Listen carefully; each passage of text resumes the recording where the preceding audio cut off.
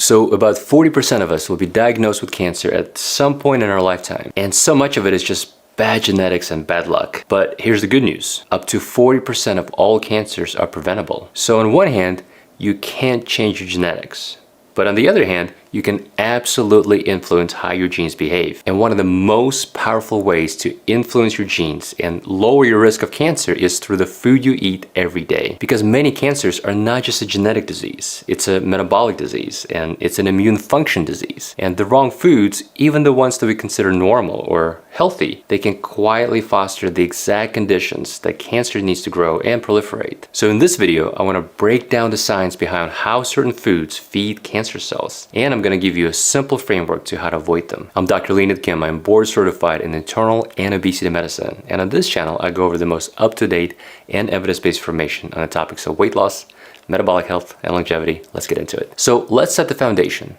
Cancer starts when a normal cell becomes abnormal. Just a single mutation, which happens all the time. And if this mutation goes unrepaired, or unchecked. In some cases, it can lead to uncontrolled growth of cells. But for that mutated cell to survive and spread, it needs several things to fall into place. So first, cancer cells need glucose as a primary energy source. And then it needs hormones to grow. So it'll be things like insulin and IGF-1, which are basically signals that activate growth pathways. And then cancer cells require inflammation, which is what breaks down barriers. And that inflammation is what suppresses our immune system. And our immune system is our first line of defense against cancers. And then finally, cancers need a blood supply, which they get through a process called angiogenesis. And that is what provides these cancer cells new blood vessels, almost like a lifeline, to feed it nutrients needed for growth. And unfortunately, many foods in our modern diet directly support every one of those steps. But the good news is we can use this to our advantage, and we can use our food to either feed cancers or we can fight it. So we have to start with one of the most potent naturally occurring carcinogens ever known,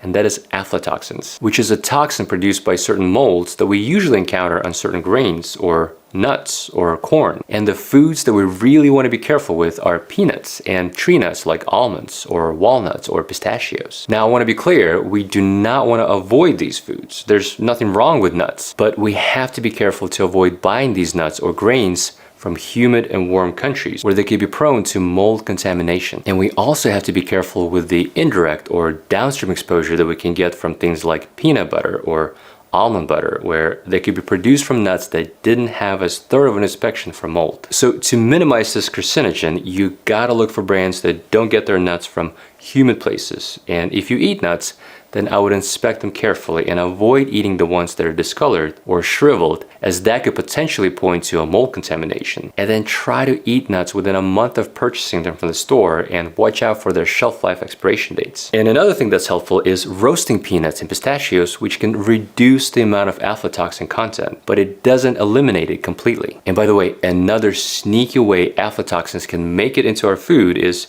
indirectly through milk and dairy products. So some animals consume aflatoxin-contained feed like corn, and there's a special aflatoxin called M1, which lives on animal feed, and then it can get secreted in milk. So we have to be careful, especially if you get milks from cows that are fed untested grain, or if you get unregulated raw milk or dairy products. Okay, next up, no surprise here, but foods that are high in sugar or processed carbohydrates are also linked to increased cancer risk, especially when it comes to breast cancer and colon cancer and possibly pancreatic cancer. And that is because cancer cells love sugar. So to help you visualize this, imagine your body is made out of trillions of tiny engines, which are your cells. And normally these engines burn fuel very efficiently. They use oxygen and they get a lot of energy from each bite of food that you eat. But cancer cells, well, they're different. They're more like broken engines that do not work efficiently, so they burn through a ton of fuel really fast. And their favorite fuel is sugar, or more precisely, it's glucose, which is the type of sugar that your body makes from food like breads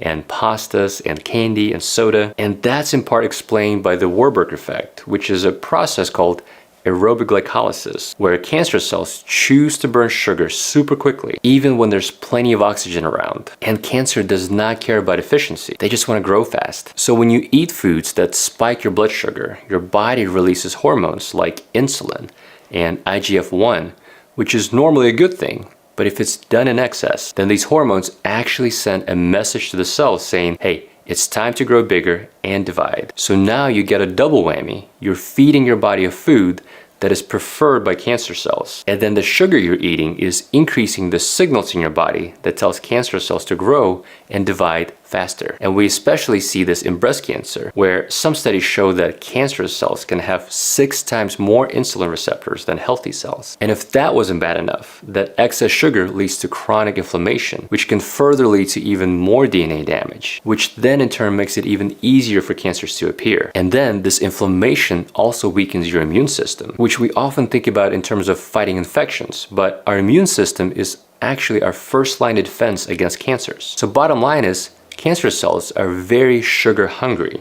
which we can actually use to our advantage. We can choose the foods that will stop feeding cancer, and instead we can prioritize foods that feed the rest of our body while starving cancer cells. So it's best to limit sugar as much as you can, with the worst offenders being processed or high glycemic carbohydrates. And instead, we need to emphasize low glycemic carbohydrates that have high fiber, so things like beans and whole grains and vegetables and berries. And I always talk about this, but if you drink regular soda, that's just low-hanging fruit that can be switched today to things like tea or water or even diet soda. And by the way, there's a lot of controversy about diet drinks and sweeteners in general and their association with cancer. But that's a very nuanced topic, and I'm actually gonna go deeper on that in one of my future videos. Now, another food that we have to be careful with is processed meat and red meat. But we have to approach this topic a little carefully because the science on this is not as black and white as the headlines make it seem. So to start, there's tons of studies and meta-analyses that showed an association between high intake of processed meat,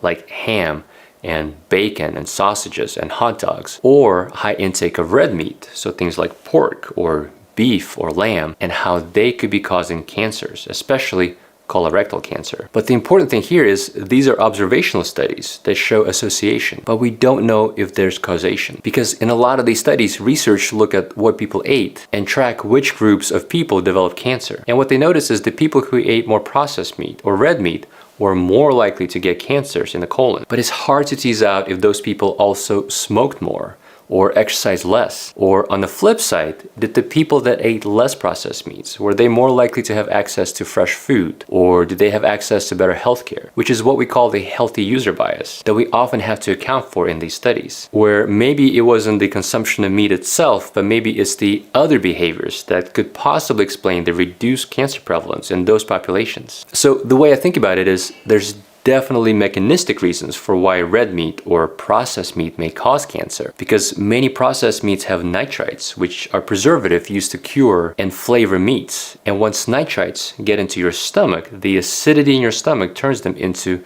nitrosamines, specifically N-nitrosodimethylamines or NDMA, which is a known carcinogen, and it could increase the risk of cancer, specifically stomach cancer. On top of that, how we cook meats also matters, because when meat is grilled or fried or barbecued at high temperatures, this process can create chemicals called heterocyclic amines or HCAs, or polycyclic aromatic hydrocarbons or PAHs. And both of these compounds have been shown to damage DNA and promote cancer cells in animal studies. So how do we put it all together? Well, the studies are all over the place, but the correlation between processed and red meat is definitely there. But looking at the totality of evidence, which is not perfect, I'm not entirely convinced it's the red meat itself that causes cancer, but it's probably the absence of food that the extra red meat replaces is what causes the problem. So when you eat more red meat or processed meat, by default, you're probably eating less of something else, and you're probably eating less fiber-rich foods, so things like fruits and vegetables and beans and